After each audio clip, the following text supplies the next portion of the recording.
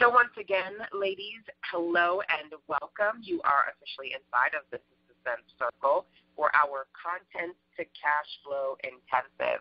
We're kicking things off today with the Suspense Power Session C-rated, how to convert your cool content into cash flow. As you know, my name is LaShanda Henry. I'm the creator of Suspense.com, where I help you make sense of making money online.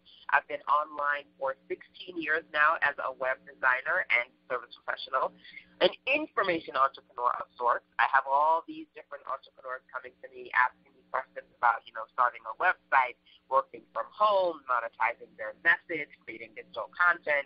And so in the process of me building my own business, I became a mentor to others and sharing information along the way. So I've been doing this for many moons now, working at in my home in lovely North Carolina, enjoying every step of the process and excited about sharing my strategies with you. So today, we are going to focus on content to cash flow. How do you convert that cool content into cash? And I'm going to give you a little bit of a backstory. As you know, again, I'm a web designer, service professional. In the beginning of my experience, I was great at creating, but honestly, I hated to sell. Some of you guys wouldn't know that, right? So you get all these emails from me, and you see me on social media and think, oh, my goodness, she loves to sell stuff. But it actually wasn't something that I felt comfortable doing. As a creative being, I was like, look, can I just put it up there and have them buy, have the product sell itself? So that was me kind of in the beginning. I struggled with the slow sale issue, right, because you don't really want to sell. So you're just kind of waiting for the people who know they want it and they're ready to buy it, right, which creates slow sales. And dry season. As a web designer, there are times in the year that it's like, yay, it's New Year's, everybody wants to start fresh. Everybody wants a new website. So those are like peak seasons for me. And then the summer rolls around, and people say, oh, well, I can't get that website. I got to take my kids to Florida. Or Christmas rolls around, and it's like, I got to get those Christmas gifts, right? So, you've got the peak seasons, you've got the slow seasons, and, in order to be successful, in order to not just survive as an entrepreneur, but to thrive, you've got to figure out how to make it steady. So I committed myself earlier on to learning how to do one thing, generate steady sales, okay? And that's basically what I'm going to talk to you about today, the different types of content that I sell to generate cash flow and ultimately create a form of steady income for myself as a work-at-home mom, information entrepreneur, service professional, all that good stuff rolled up in one, right? So for me, the secret to steady sales, honestly, is in this idea of being an infopreneur, an information entrepreneur, somebody who sells a lot of content. Now, the amazing Bill Gates, the multi-billionaire, I think he's like the richest man, if not one of the richest men in the world right now. Literally 20 years ago, 1996, he wrote an article for Microsoft. The article was entitled Content is King. He said, listen, content is where I expect much of the real money will be made on the internet. Okay, so he predicted this 20 years ago, and look at us today.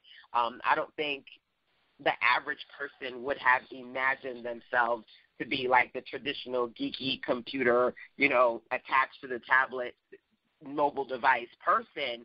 But, to some extent, geek is the new chic. Everyone knows about information. Everybody knows about consuming content, whether they're doing it because they want to be entertained or educated. Everybody is looking for content online, literally to the point where half of the malls across America are closing because in addition to consuming the information, people are using it to purchase products online. It is the space where money is being made. So for me, outside of me selling my services, I learned how to create content and monetize my message online. So I'm excited to share that with you and get you excited about doing the same thing as well. Now, I have 4 rules when it comes to CTC, converting that content into cash flow. The first rule is you can triple your profit potential by creating offers for 3 types of clients, okay? More offers equals more opportunities. Write that down, tweet it out, let it be known. More offers equals more opportunities. So as a service professional, for the most part, I was spending my time looking for clients who wanted done-for-you offers. You know, they wanted me to do the website for them, which is great, right? It's great when the sales are coming in, but when they're not, it's like, oh, my God, what do I do? What I quickly learned is that there were other types of people who wanted information from me, other types of people who are willing to pay me. And by tapping into these three target markets, I essentially I do what I like to call triple X success. I was able to triple my revenue by tapping into not one, not two, but three different target communities, okay? So the first one is done for you. I want you to think about for yourself what DFY services you have. And then the second one is do it yourself. So there are people who coming to say, to me and say, you know what? I know that you do this web thing, but I really want to build my website for myself. How do I blog? How do I do WordPress? How do I customize? How do I get into graphics, right? There are people coming to me saying, I see that you monetize your website and you do advertising and AdSense. How do you do that? That whole concept of give a man a fish versus teach a man to fish, right?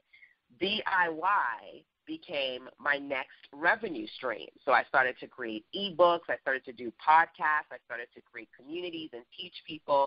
And that opened up another revenue stream for me. So you want to think about DIY. What are people asking you for, right? What are the questions that are coming through your inbox, or, people are kind of pulling you aside and saying, hey, I need to pick your brain.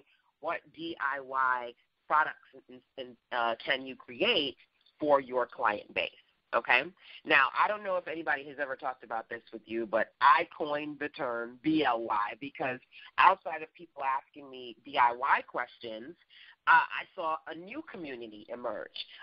People who were, particularly women, other mompreneurs, inboxing me and saying, LaShanda, man, I want to be like you. I want to be you when I grow up. And I'm like, oh, well, I'm 35, you're 45.